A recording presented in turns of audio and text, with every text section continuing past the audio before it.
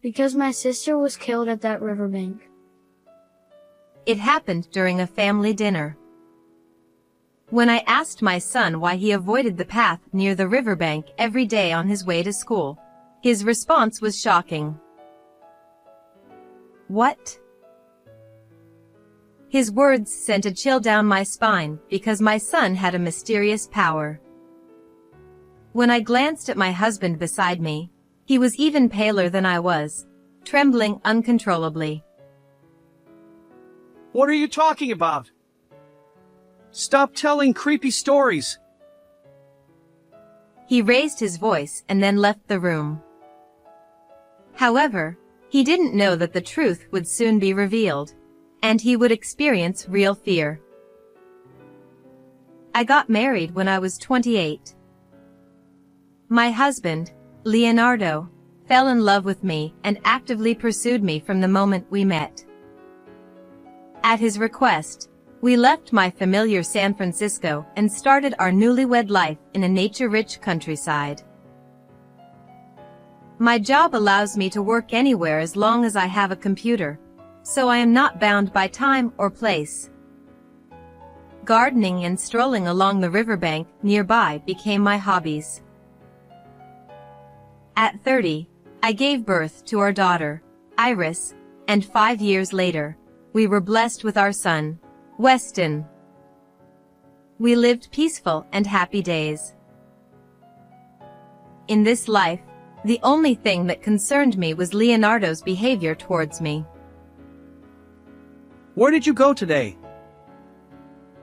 One evening during dinner, as I was setting the table, Leonardo came into the living room after work and approached me. "Where did I go?"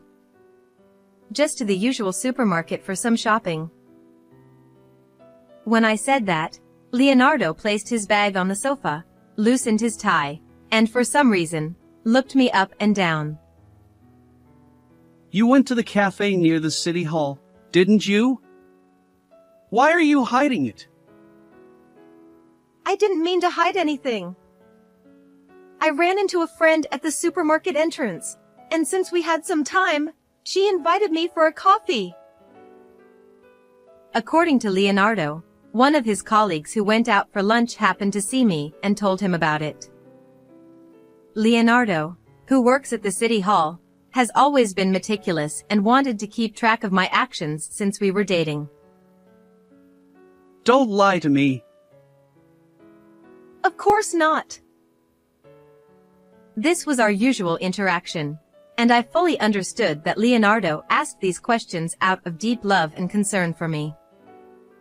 However, to our 7-year-old daughter Iris, it seemed like Leonardo was accusing me. Whether I was cooking, cleaning, or relaxing on the sofa, she would cling to me and never leave my side. I found the way Leonardo and Iris vied for my attention both a bit troubling and endearing. But then, an incident occurred that shook our daily life. It was around the time when the end of summer could be felt. On a slightly windy day after a hurricane had passed, Leonardo suggested we go to the nearby riverbank. "Hey, isn't it dangerous with the river still swollen? We don't have to go today." I opposed the idea, but Leonardo insisted. "Today is the only day I can take off." He didn't seem to want to change his plans. "And I want to get closer to Iris." Hearing that, I didn't want to miss the opportunity. I thought it was a chance to bridge the gap between Iris, who was always clinging to me, and Leonardo. I couldn't disregard Leonardo's effort to cherish family time amidst his busy work schedule. In the end, the 4 of us decided to go out together. After arriving at the riverbank, we unloaded the gear from the car. I started preparing for the barbecue with Weston, who was 2 years old, on my back. Iris helped carry the tools and food. Leonardo set up a small tent and placed our belongings inside. "We'll go swimming in the river until the food is ready." He took Iris by the hand and walked towards the riverbank.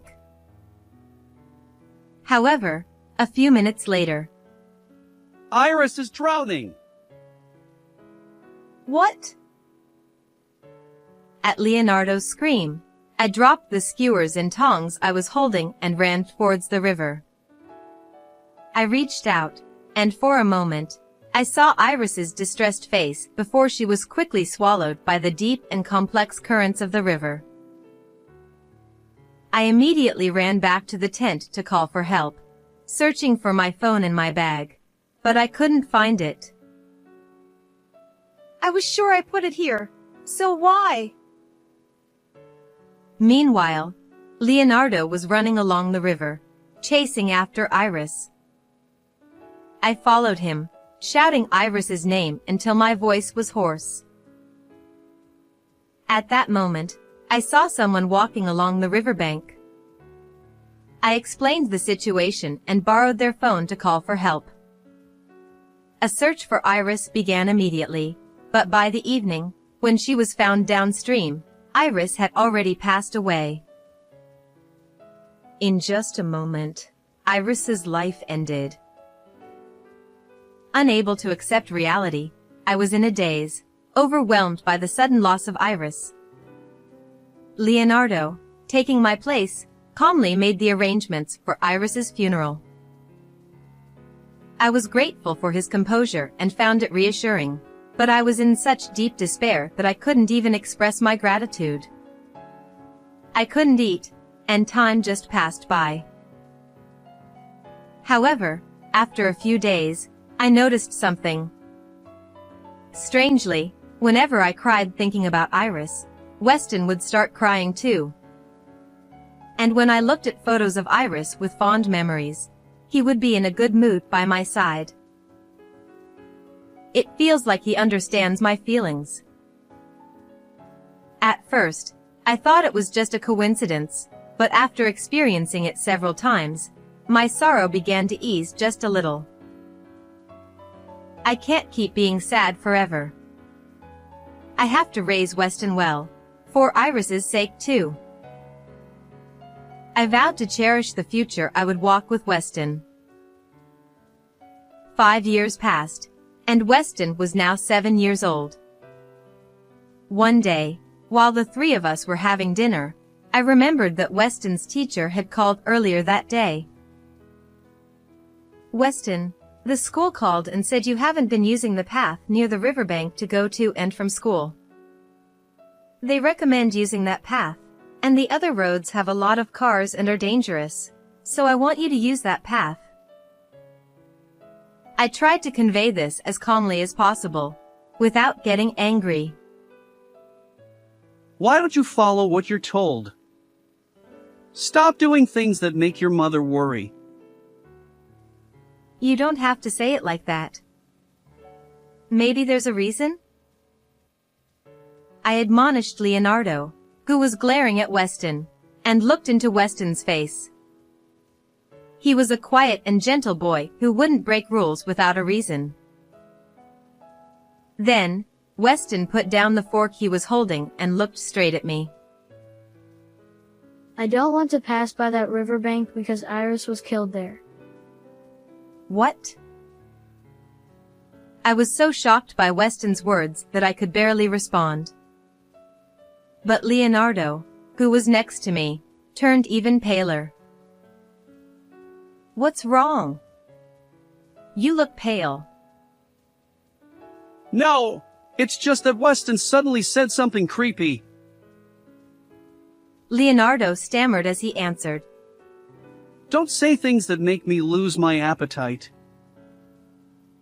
He scolded Weston and went to his room, even though we were still in the middle of dinner. I felt suspicious of Leonardo's behavior. This was because I had experienced strange things before, as if Weston could foresee danger or the future. One day, while driving on our usual route, Take that way today. Weston insisted. I changed the route, puzzled, and found that the road we were supposed to take had a head-on collision between a truck and a car. if I hadn't listened to Weston, my car would have been caught in the accident. Another day, while walking, we passed by an elderly woman in the neighborhood, and suddenly Weston shouted, Ambulance. I looked around but saw no ambulance. Right after that, the elderly woman collapsed, and because I called immediately, her life was saved. Not only that, but at home, he would say things like, someone is crying, someone is looking for something, or I hear someone calling. Weston didn't say such things in front of Leonardo because he knew he would be scolded for saying unscientific things. The day after I heard the reason why Weston avoided the path near the riverbank on his way to school. I was watching Weston play with a shovel in the garden while working in the living room. He was digging around the garden, and after a while, Mom, look at this. he brought me a cookie tin that seemed to have been buried in the soil. Where did you find this? I recognized the tin. It had a flower illustration on it, and It's cute. I'll make this my treasure box. Iris had said that and cherished it. It was buried over there. Weston pointed to the vegetable garden where I plant herbs. It's a place only I touch because Leonardo dislikes the smell and never goes near it. I took a deep breath to calm my racing heart and gently opened the tin. Inside, along with toy accessories, shiny stones, and letters from friends, was a letter written by Iris. This is... I was shocked by its contents and remembered what Weston had said the day before. Suddenly, I had an idea and started searching for some data on my computer. When I found what I was looking for and confirmed its contents, I was trembling with anger. That night, I asked Leonardo to make time for a talk. What is it? Why so formal? I have questions about your actions on the day Iris died. I took a deep breath and sat facing Leonardo. Do you remember what Weston said yesterday? That Iris was killed. Your face suddenly changed color then. Why? At that moment, Leonardo quickly looked away. I told you, didn't I? Weston says creepy things. It just freaked me out. Is that really true? Or were you so flustered because what he said was true? What? Suddenly, Leonardo became irritable, slammed the table, and stood up from his chair. But I gave him a cold stare. Can you still say that after seeing this? Don't lie to me. I placed the letter from Iris, which was in the tin she cherished, in front of Leonardo. It contained numerous cruel words Leonardo had said to her, such as your mother hates you and you're a nuisance. Just disappear. The content was unbearable to read. I wondered how Iris must have felt. Her newly learned English was clumsy, but the content was so inappropriate that it brought me to tears many times. However, Leonardo glanced at Iris's letter and laughed mockingly. This is just Iris's delusion. Do you have any proof that this is true? I didn't answer that and silently opened my laptop. What is this? What was displayed was footage from a dashcam. It captured Iris's last moments alive 5 years ago. We arrived at the riverbank, unloading camping gear and tents. The type of camera that could also film inside the car showed us happily preparing. Iris also went outside with her toys and drinks. After a while, only Leonardo returned to the car. He was holding my cell phone and was seen pushing it into the gap in the seat. He was also seen doing something with Iris's life jacket. When Iris was swept away, I couldn't find my cell phone to call for help because Leonardo had secretly hidden it. Moreover, he had likely tampered with the life jacket so it would come off easily. It was a planned action to drown Iris and delay the call for help. Why is footage from 5 years ago still here? I thought I deleted it.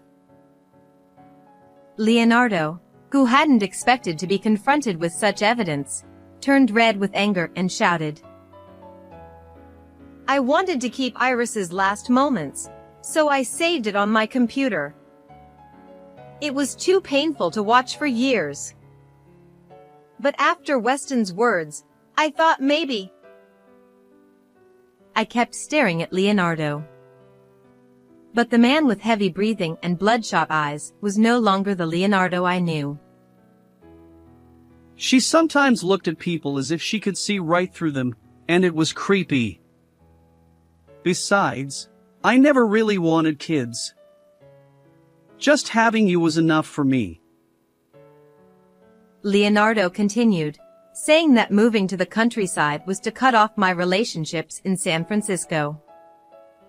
His selfish reasoning made me tremble with anger. I am not your possession. I am a person with my own will. So was Iris. Taking a life for your selfish reasons is unforgivable. Thinking of Iris's regret, tears flowed uncontrollably. I can't live with you anymore.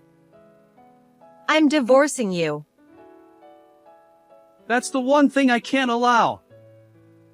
I will never let you go. At that moment, Weston, who I had told to stay in another room, opened the living room door. He must have heard our shouting. Weston, get out. Go back to your room. Leonardo shouted angrily, but Weston, unafraid, stared at him intently. Dad, let Mom go. The moment Weston's quiet voice echoed in the living room, I was startled. It sounded like Iris's voice.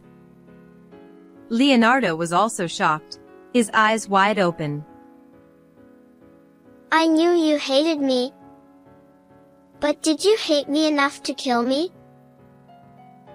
Leonardo turned pale and began to tremble. Stop it! You drowned me in the river and thought you could stay with Mom forever? Stop it! Please! Leonardo cried out, clutching his head and collapsing to the floor, muttering repeatedly. I'm not wrong! I'm not wrong! I hugged Weston tightly. Surely, Iris was also within him. I love both Iris and Weston.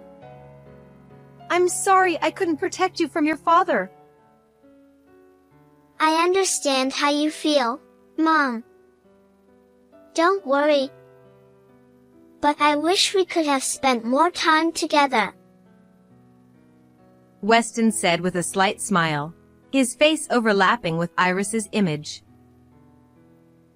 Encouraged by that smile, I turned to Leonardo. Please atone for your sins properly. And apologize to Iris. I called the police on the spot, and Leonardo, with his head hung low, was taken away. After that, Leonardo was arrested and sentenced to a long prison term for driving our child to death. I divorced him and demanded $150,000 in alimony and child support, which was paid in full from the division of property, ending my relationship with Leonardo. 5 months have passed since then. I am spending quiet days with Weston. He no longer avoids the path near the riverbank and has stopped making strange remarks. I had avoided the river since Iris disappeared, but recently, Weston and I often go for walks there again. When we reach the riverbank, it has become a habit to float flowers we picked along the way down the river. Do you think these flowers reach Iris? Of course. I'm sure she's happy. As I gaze at the sparkling water surface, Iris's smile comes to mind. Like this gently flowing river, we too will walk towards a happy future. How did you like this story? Please subscribe to the channel. See you in the next video.